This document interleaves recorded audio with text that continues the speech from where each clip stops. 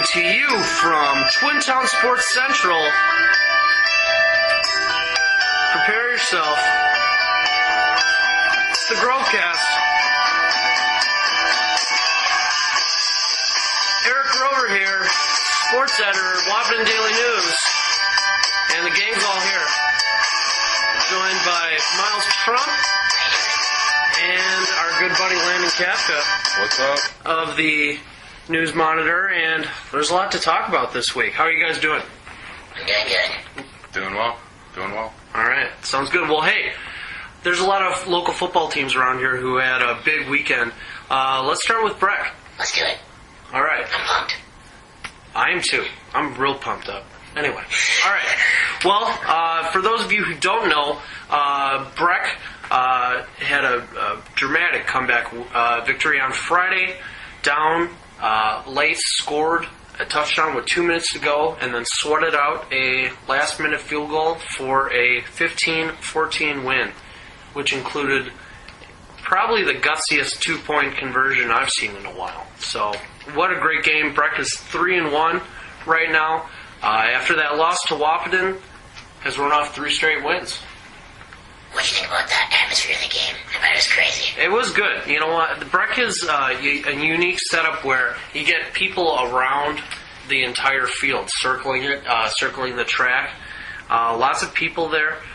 Would like to see it a little deeper. Definitely not as many people as were there for the WAP game, but that's something I've noticed about the Breck fans. They really get out and support the team and the community. So how are you feeling today if Breck doesn't get that gutsy 2-point conversion? Oh boy, that's the big deal. I mean, and they almost didn't. That was the big play. Sweep to Cole Krause to the near side of the field, tripped up in the backfield, and I'm watching it from just behind the Breck sideline. I'm watching all the guys in there like, oh, but managed to stay on the feet and get into that end zone. It was unbelievable, but I don't know.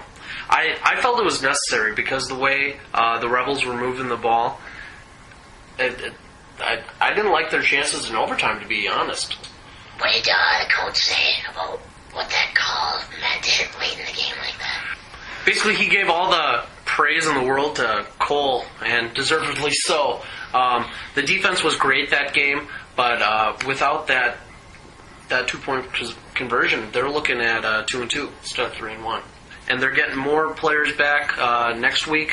They got a couple of kids that are out with 6-game absences. So after next week, they'll be getting a lot of guys back. So they're going to get even better right now. Science had another great game too. Down late, despite all the turnovers, comes back and gets a 21-20 win. I know you wrote about it pretty lengthy. I did write some lengthy articles this week. You did. Talk about a little bit the end of that game. The Wildcats begin with defense. The key to the game were 2 late picks to give the offense chances to take the lead. The play of the game ended up being a DuPage missed extra point. That was the difference, 21-20. Science had the ball at the goal line, could have scored, but a fumble on the end gives DuPage the ball right back. And so watching that, it's like, oh, same old Wildcats. They're turning over the ball. They're not putting together points on offense. And then another interception gives them another chance. And Fuller, who's having a good year so far, caps off the drive with a 3rd touchdown. He ran right at me, too. It was beautiful. I was just there with the camera. Snap, snap, snap, snap. He was right there. It was a great way to end the game. So the Cats are back on track at 2-2 right now. Hopefully they can keep it up. All right, Landon, you want to talk about a big upcoming game on Friday? Yeah, the undefeated number 1 9-man team in the state, the Wyndmere Lidgerwood Warbirds, will be bringing the Lemoore LM team in to the Fort Nest and seeing if they can keep their undefeated streak on the line. Lemoore is one of the best teams in the region, so it should be interesting to see if the Warbirds can keep that undefeated streak alive and move on to state. Now, what does Lemoore, what's the biggest challenge that they pose? I think Lemoore is a really physical team from what I've heard. I have not seen them play this year. They just played Hankinson last week, and Hankinson lost 28-14 at Lemoore. I saw a few of the Hankinson players over the weekend, and they looked like they'd been in a prize fight. So apparently that Lemoore team is pretty tough. So it'll be interesting to see if the Warbirds can match up physically against Lemoore. All right. Quick shout out to the Huskies, who had a real rough game against Shanley on Friday, losing by 31. Wow, where did that come from? Anyway, I saw the Huskies at practice on Tuesday, and they were running it pretty hard, doing some extra drills. A little bit of conditioning. Yeah, a little conditioning. So hopefully they'll be back on Friday with a home game and get another win. They've been so good at home. All right. For more on Breck, here's a cut to my interview with Stephen Erlandson, a star of the second half, right after Breck's big win on Friday night.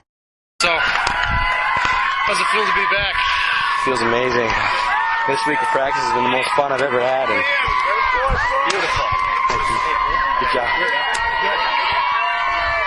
This week of practice has been the most fun I've ever had, and I've missed it so much. It's just no fun watching. Like, What was it like getting in there, making a big plays right away?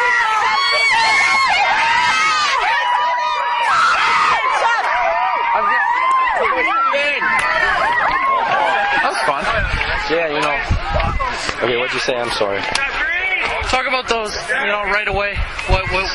What you were thinking, what was going through your mind. You make a couple defensive plays there to open the game. Well, they had me playing. They'd go heavy left. We call it heavy left or heavy right, and they'd stick me right on the heavy side, and they block down, they kick out. They do a jet sweep and run it my way, and then we were able to make some plays on it going to the heavy side, and then they were faking. And then after we made some plays, they started faking to the heavy side and going weak side. And Coach Herder made a good adjustment at half, and we were able to step up and stop him in the second. How difficult was it containing that quarterback? Yeah, he's a heck of a player. He shifts. He's so shifty. He runs hard for a quarterback, and he accelerates well, and he runs the ball really well. And we knew that coming in, but we could have wrapped up a little better. That's the only thing we didn't do defensively. We just missed tackles, but we were able to step up and make the plays when it counted. They really controlled that first half, but you guys seemed to control that second half. What kind of adjustments did you guys make in the locker room? In the locker room, Coach Fredrickson got after us a little bit and said that we just need to step up the intensity up front, and the running backs need to run the ball harder. And we just came out in that second half, and we had it in our heads that we were going to win this game, and that's what we did. We got it done. Talk about that last scoring drive of yours. Huge runs, bouncing around like a pinball.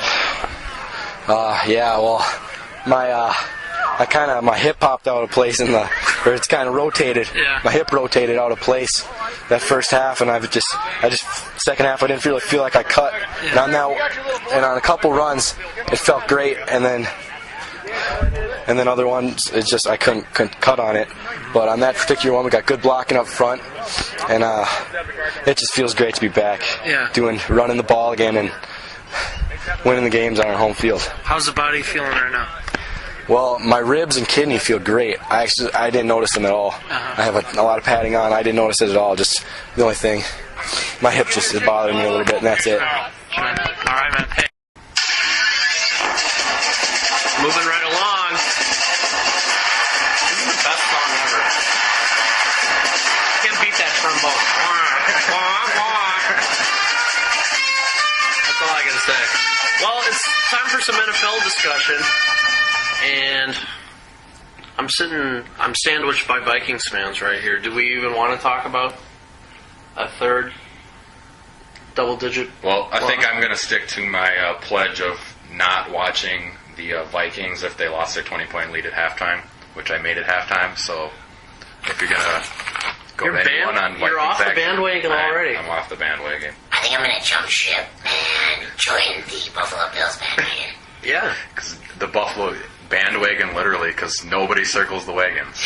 Like the Buffalo Like the Bills. Buffalo Bills. Whenever Berman says that on ESPN, I just like laugh. It makes me laugh every time because he just says it so funny. I don't know.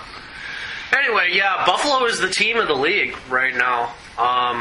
With their shocking, is that the right word? A shocking 3-point win over the juggernaut New England Patriots. It's shocking to us. It might not have been shocking to Buffalo fans. Well, those are the only ones. They make a very small percentage of football fans. All right, well, we can say shocking. I think if they were going into the game and they were depending on picking off Tom Brady 4 times, that Buffalo would have been like, no way, but that's what happened. It was a shootout. That's the only way I think they win is if Tom Brady throws 4 interceptions because they only won by a score. And the beauty is now everyone knows how to beat New England. You have to pick off Tom Brady 4 times. That's it. It's so easy to. Yeah, it's really easy to do, because he throws interceptions left and right. So He told his whole 2010 season of interceptions Yeah. was in that game. Also, I'd like to throw in briefly, the Packers are 3-0 with a 27-17 win over the Bears. You know, an interesting stat I saw in SportsCenter today about Week 3. Mm-hmm. There are 12 games decided by 7 points or less. It's definitely a league of parity this year. A lot of the teams are pretty equal. There's just there's only 4 3-0 teams right now. Wait, or is it 3? I don't know, but the Buffalo Bills are one of them. Yeah. No, there's only 3. There's the Lions, the Packers, and the Bills, because the Redskins were the other ones, and they lost on Monday to Dallas. So, well, speaking of staying undefeated, let's move ahead to Week 4 real quick. And the Bills get the Cincinnati Bengals on the road, so they'll be 4-0. Detroit is going into Dallas. Now, that'll be an interesting game. A little bit more of a test than the Vikings? I would say so. What do you think? Well, judging by Dallas's offense last week, they really need to figure some stuff out because they were botching snaps like a Richland County 9-man team. And they are professionals, and they shouldn't really have that problem. So we'll see if the offense can get on the same page. Otherwise, I don't see too much of a problem for Detroit to go in there, especially getting Nick Fairley back.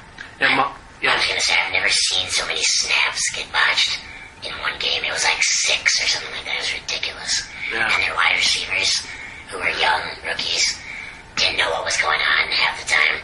I don't even know how they managed to win that game, to be honest. We were just talking about this a minute ago, but Dallas is the most overrated team in the league every year.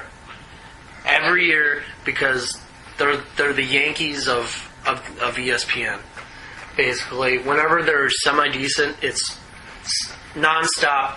Oh, this is the Cowboys' year. This is the Cowboys' year. The Cowboys are mediocre, and they haven't been good since 1995. So, can we get off the love of the Cowboys already? It's going to take a lot, Grover. I guess. Anyway, the Vikings are traveling to Kansas City, so at least they'll get their first win of the year. Let's not jump to conclusions. Conclusions have been jumped. Right here. You heard it here first. Minnesota goes to 1-3, and the best game of the week is probably going to be New England at Oakland. What do you think there?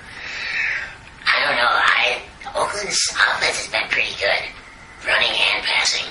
And we saw how New England's secondary got torn up by the Bills. So I don't know. It'll be interesting. I don't know if Oakland can pull it out. I don't think the Patriots lose back-to-back games very often. But we'll see. It'll be a fun one to watch. Well, New England has to go all the way across the country to Oakland. I think that's the one thing Oakland has in its favor in that game. Will they be able to jump on New England early? That will probably be, the deciding factor. It's a little news.